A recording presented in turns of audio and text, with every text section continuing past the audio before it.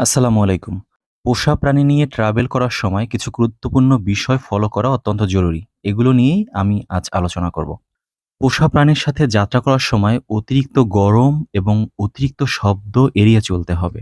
পোষা প্রাণীর জন্য ট্রাভেল করার সময় অবশ্যই ক্যারিয়ার ব্যবহার করবেন এবং বাস বা ট্রেনে ক্যারিয়ার সবসময় আপনার সিটের সাথে রাখবেন এবং এগুলো আপনার লাগেজের সাথে রাখবেন না।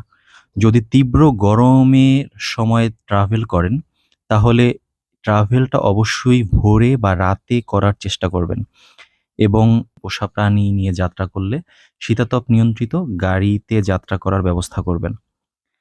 ক্যারিয়ারের ভিতর ব্যাটারি চালিত যে ফ্যানগুলো রয়েছে, এই ফ্যানগুলো রাখার ব্যবস্থা করবেন এবং সবসময় সাথে ঠান্ডা পানি রাখবেন। যাত্রার ১ থেকে ১.৫ ঘন্টা আগে খাবার দিবেন আপনার প্রাণীকে এবং ক্যারিয়ারের সাথে অবশ্যই লিটার বক্স রাখতে হবে।